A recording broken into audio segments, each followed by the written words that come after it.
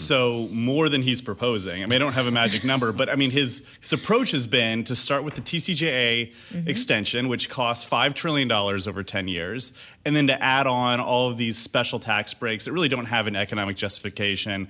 You know, as you just mentioned, tax breaks for wages, for tips, tax breaks for particular occupations, tax breaks for people who receive Social Security benefits, which, by the way, would completely undermine Social Security and Medicare finances. We're already up probably close to around $10 trillion and counting. This isn't a realistic set of proposals. They're just far too expensive to ever make it through Congress. You know, at one point, Ben, we had Republicans like Kevin Brady, pretty old-fashioned Republicans, sitting here at the table saying, hey, there's going to be a real important debate here. We need to make the Trump tax cuts permanent. That was 6 to 9 months ago, before all the other items and exemptions that we've mentioned since were rolled out. What happens to the old fiscal responsible Republicans who are going to help usher this through on Capitol Hill, who wake up every day to another exemption? I mean, there are fiscally responsible Republicans in Congress, but they must be pretty lonely right now.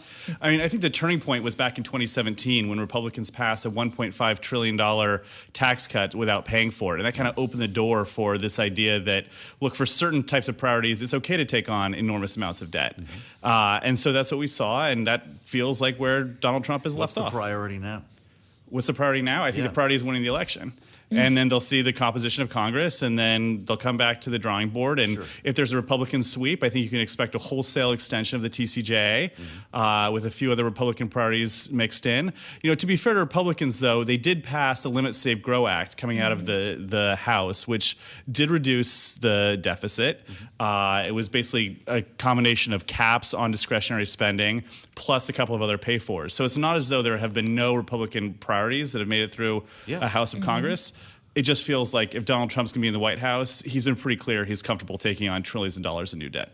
Ben reminding us that it's not just tax policy that we're going to see a battle over in 2025, but we're going to have to deal with the debt ceiling again, as you recall back to that deal. So there's so much to look forward to. All that to say, when we look at Kamala Harris's proposals, nonpartisan organizations have too said it will add to the deficit, perhaps less. $3.5 trillion is what the Committee for a Responsible Federal Budget has had to say. But Donald Trump would contend her policies will also be inflationary. Is there not some truth in that? That her policies would be inflationary? If she's subsidizing housing, it could drive up housing costs. If she's cutting taxes, all of these things could fuel inflation and make the deficit go higher all the same. Yeah, so I think on the housing policy, it's great that you brought that up, but the $25,000 first-time homebuyer tax credit was far from the only proposal that she put forward. She also wants to expand housing supply. I think that the first-time homebuyer tax credit really only makes sense if it's done in conjunction with an expansion in the housing supply. That's not really inflationary. As far as her other policies go, I mean, she is taking aim at costs across the board. So she wants to make prescription drugs cheaper. I mean, I think that household costs have been kind of a centerpiece of her policy. Like price gouging she wants to go after, for example. Does that work? So, no, I mean, most states have price gouging laws on the books, and for most states, they're non-binding. Most Americans live in a state that has price gouging laws, and as far as I can tell, they're fairly inconsequential. So I think that's, pretty far down on the list of policies that matter for the American people. But she has made prices the centerpiece of her campaign. Yeah, that's interesting, because that was a big rollout at the time she made it, and it's still on the backdrops, and it's still on the stump speech. It's just when you start weighting priorities, I think, to your point here, will the next president of the United States, Trump or Harris, have to manage a recession in their first year? That's a great question. I mean, what I can say now about the state of the macroeconomy, this is like the definition of a soft landing. I mean, if we go back 20 years and reflect on what the Fed has done with this current economy, I think we'll kind of be in awe of how well things turned out. I mean, I can just go list some of the highlights. Yeah. We've got a higher share of people working, prime age people working, than we've seen in over 20 years. We've seen inflation come down to a level where the Fed is perfectly comfortable with it. We've seen a wealth explosion in this country, almost $50 trillion in wealth added over the course of the pandemic. I mean, you can kind of go on and on and on, but we have a great economy, both relative to prior recoveries and also relative to the rest of the developed world. So right now, when I talk to forecasters, most of them say we have about a 10 to 15% chance of recession in the next year, which is kind of the unconditional average in any year. Bad. Right? That's not so bad. I'll take that at this point. Well, so if all of that is how this economy is shaping up right now, does this look like an economy to you that needs easier policy, or is it simply an economy that doesn't need tighter policy anymore? Are you talking about monetary policy? Yeah. Well, I think that with respect to monetary policy, the Fed's at a spot, it's kind of an enviable spot right now, where it knows we're not so close to the neutral rate. The next 50 bips of cutting feel pretty easy. And then you start getting into the hard decisions. So markets right now, I think, are around a 92% chance of a 25 bips cut in the next meeting. I would probably take the over on that as far as probabilities go. And about a 75% chance we'll get 2 cuts between now and December.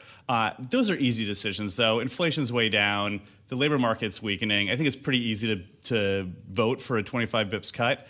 But after we get past the 4.5% for the Fed funds rate, we get closer to 4. That's when the hard decisions start coming. Donald Trump was asked in the Univision town hall earlier this week, what would happen to agriculture jobs and other parts of the labor market if he followed through on what he calls mass deportation? He didn't use that term in this conversation, but he also didn't really answer the question. Do you have a sense of what would happen to the job market if he shut down the border and conducted a mass deportation of millions of migrants in the country? Yeah, so these are 2 different policies. So let's separate them out. Right. I mean, so both Kamala Harris and Donald Trump want to shut down the border. Kamala Harris backs the Biden plan, which essentially puts in place a whole host of different policies. She backs the Senate compromise. Yeah, exactly. So what we're really talking about now, the difference between the 2 candidates is what would happen if we saw mass deportation on the order of something we've never even come close to seeing in this country. We're talking about potentially immigration agents going to schools, going to places of business, potentially checkpoints. It's really unclear how you're going to find 10 million people to kick them out of the country. From an economic perspective, economists don't love kicking workers out at a time when you have worker shortages. So if you look at some of the estimates coming out of Goldman Sachs, if you look at estimates coming out of the Brookings Institution, nonpartisan estimates, you do find a hit on growth simply because we need workers, and now is not the best time to kick them out of our country. So that could hasten the recession in the first year. Yeah, I think the probability of recession goes up if you're talking about 60% tariffs on Chinese goods and if you're kicking millions of people out of the country.